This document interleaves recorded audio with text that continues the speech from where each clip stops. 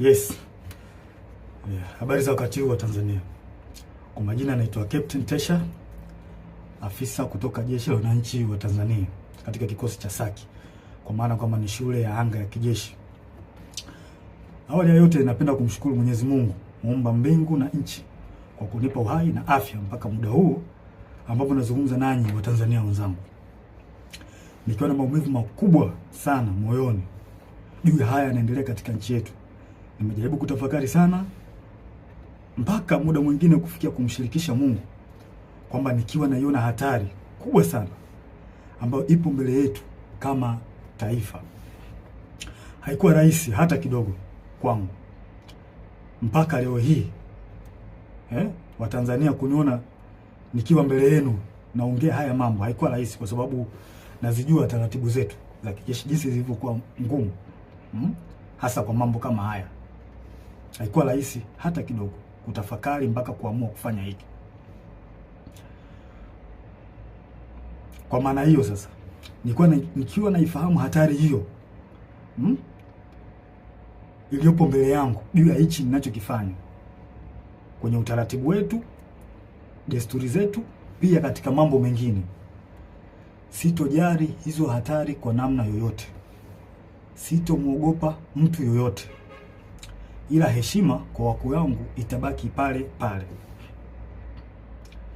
Hivyo basi nimeweza kuandika barua kwenda kwa wakuu wangu wa kazi, kwa maana kwamba CDF na wengine, kuwaeleza kwamba siridhishwi kabisa kwa yanayoendelea nchini, na naiona hatari kubwa sana katika taifa letu. Hivyo basi ni vema kama jeshi kuchukua hatua haraka sana kabla hatujachelewa, kwa kuwa imani pekee iliyobaki kwa Tanzania ni jeshi lao. Japo muda mwingine wanasiasa wanajaribu kuliingiza jeshi letu kwenye mambo ya siasa, kulitumia ili uweze kufanikisha mambo yao, lakini tumebaki kuwa imara na bado tunaendelea kuaminika na Watanzania. Hivyo basi, kwa kuona hilo na kuona hali ambayo ipo kwa sasa, sehemu pekee na imani pekee ya Watanzania ni kwenye jeshi lao. Hivyo nashauri jeshi letu liweze kuchukua nchi haraka sana na kuweza kuweka mambo sawa kuliko kuendelea kulazimisha kwenda mbele, hasa katika hili swala la uchaguzi. Baada ya kufanya hivyo, liweze kuwasikiliza wananchi kwenye taarifa, kwa maana kwamba taarifa mbalimbali kutoka kwa wananchi ziweze kuwasikiliza na maoni yao. Wanasiasa wazalendo waweze kusikilizwa, nao wenye uchungu na taifa hili wapo, wanajulikana. Mfano, kuna huyu mzee wetu mzuri kabisa, huyu Warioba, mzee mzuri sana huyu, na sijui kwa nini wanampuuza. Kuna huyu Humphrey Polepole, kuna mzee Butiku, kuna majaji wazuri, mfano huyu Jaji Robert Makaramba na wengine wengi. Pia viongozi wa dini, makundi ya haki za binadamu, viongozi wa staff wazalendo, kwa sababu kuna viongozi wa staff wengine sio wazalendo, wanaharakati wazalendo wanaoisaidia taifa kwa kuibua mambo mbalimbali, mfano mambo ya ufisadi, matumizi mabaya na madaraka, na kuibua mambo mengine ambayo yanaisaidia jamii kwa namna moja au nyingine kuweza kutatua kero mbalimbali za kijamii.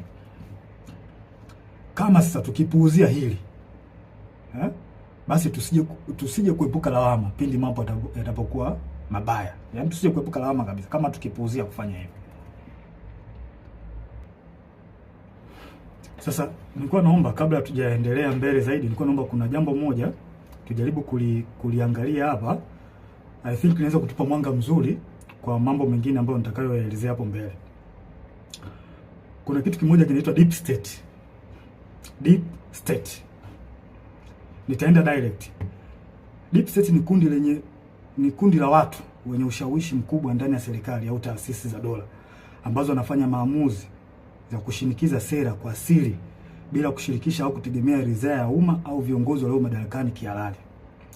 Mara nyingi kundi hili linaaminika kuwa linaendelea kushika madaraka hata serikali inavyobadili kupitia uchaguzi wa kidemokrasia. In short, ni serikali ndani ya serikali, au kwa jina lingine unaweza kuita remote controller.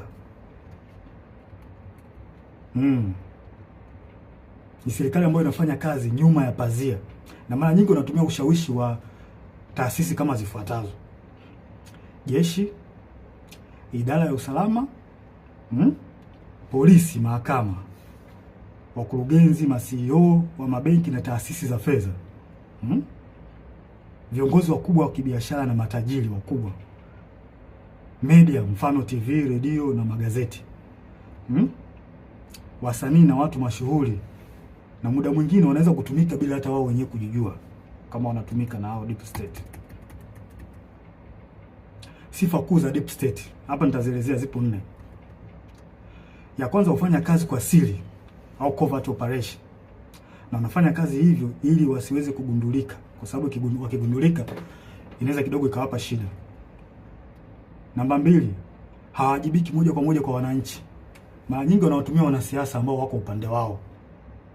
Kuna wanasiasa ambao wapo upande wa deep state, kwa hao ndio wanatumika moja kwa moja kufanya mambo yao serikalini. Hutumia taarifa za siri, propaganda au vitisho kudhibiti hali. Pindi mambo yao yanapoanza kujulikana na wananchi, mara nyingi wanatumia vitisho kwa kutumia vyombo vya ulinzi na usalama, au wanaweza kutumia media na baadhi ya watu. Nashangaa tu influencer from nowhere, mtu anaanza kumtukana mwenzake bila sababu.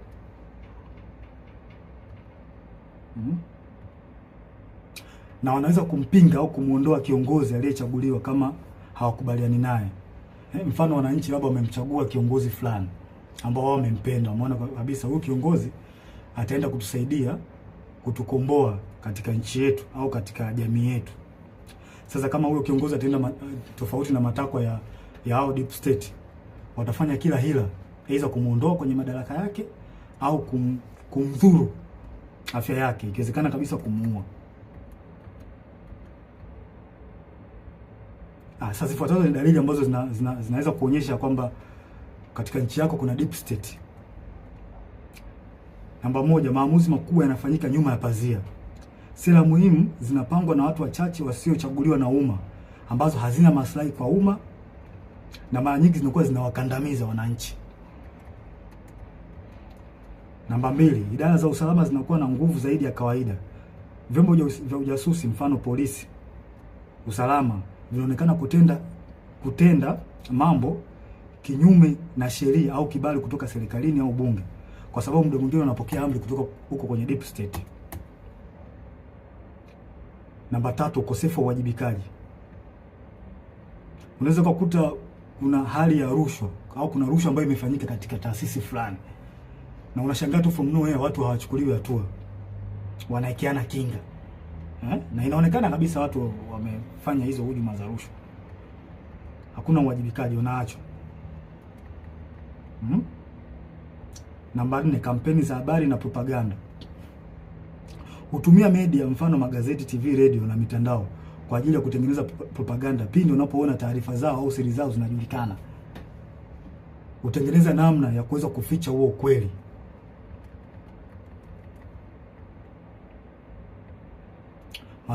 Namba 5, maslahi ya kiuchumi na kiusalama. Watu wachache sana, mfano wafanyabiashara wakubwa, familia za kitajiri na taasisi za fedha, wanashirikiana moja kwa moja na maafisa wa usalama au jeshi. Yaani wanakuwa kitu kimoja, wanatengeneza bondi.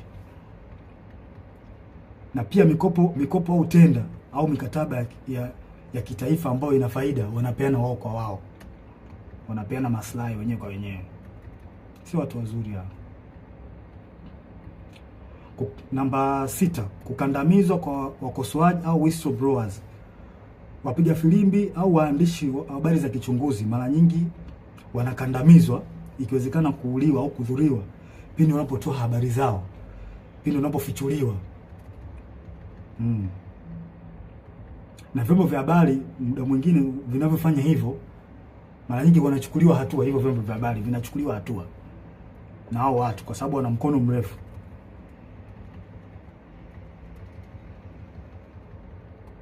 Si watu wazuri hao.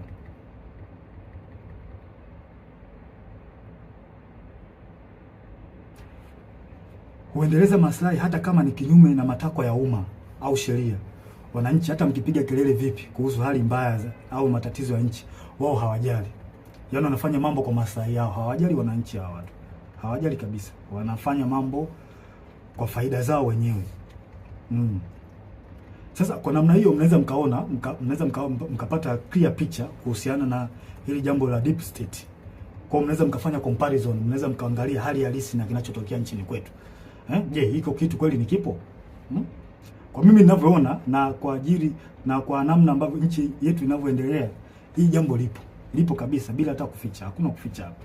Hili jambo lipo na linaongozwa na CCM mtandao, wanajiita mtandao hapa.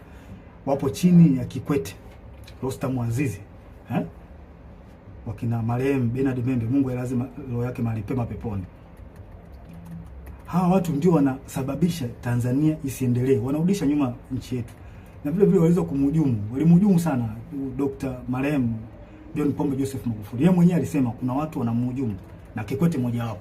Alisema Magufuli bila ubishi. Hawa watu wa Tanzania wanatakiwa mwajue kwamba hawa watu hawana nia njema ya taifa hili. Hawana nia njema kabisa.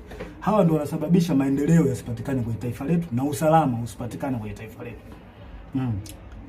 Pindi nchi inapotaka kujikwamua iende sehemu moja kwenda sehemu nyingine, hawa wanatengeneza vipingamizi.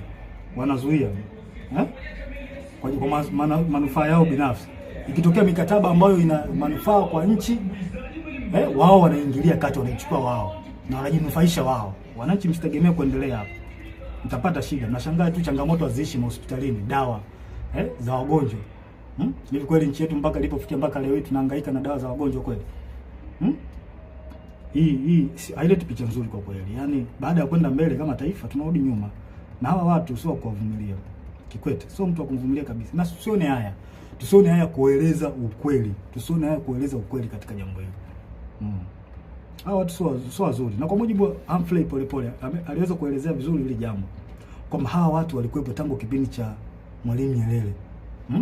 Na waliweza kutaka kujaribu kurubuni uchaguzi wa mwaka 1995.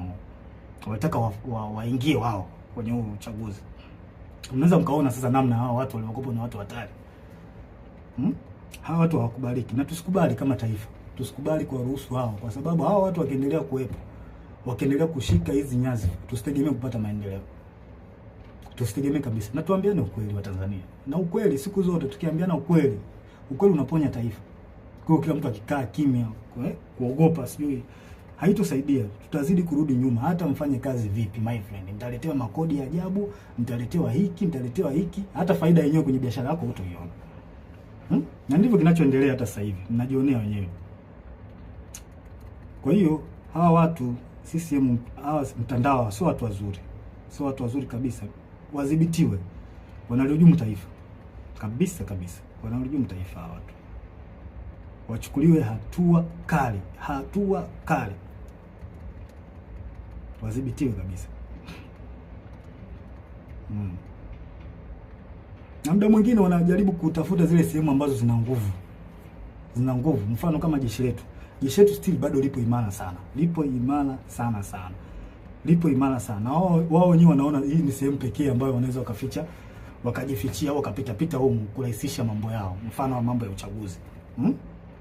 Wanajua kwamba wakitumia jeshi wanaweza wakapitisha mambo yao.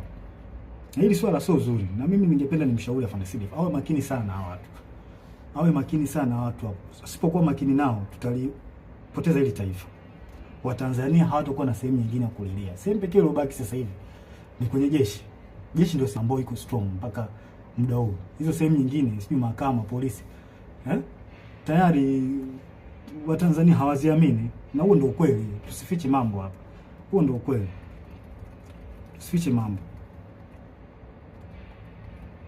Hebu afande CDF, naomba tuangalie kitu kimoja na wenzangu. Mnaweza tunaweza mkapata tafakari kidogo hapa. Tunajua katika jeshi letu kuna watu wa aina mbalimbali. Wako wengi sana. Kuna waumini wa Askofu Gwajima. Kuna watu ambao pia walikuwa wanampenda Magufuli. Kuna watu ambao pia ni waumini wa Roman Catholic. Na ambao pia wamesikitishwa sana na kupigwa kwa huyu padri wao Father Kitime.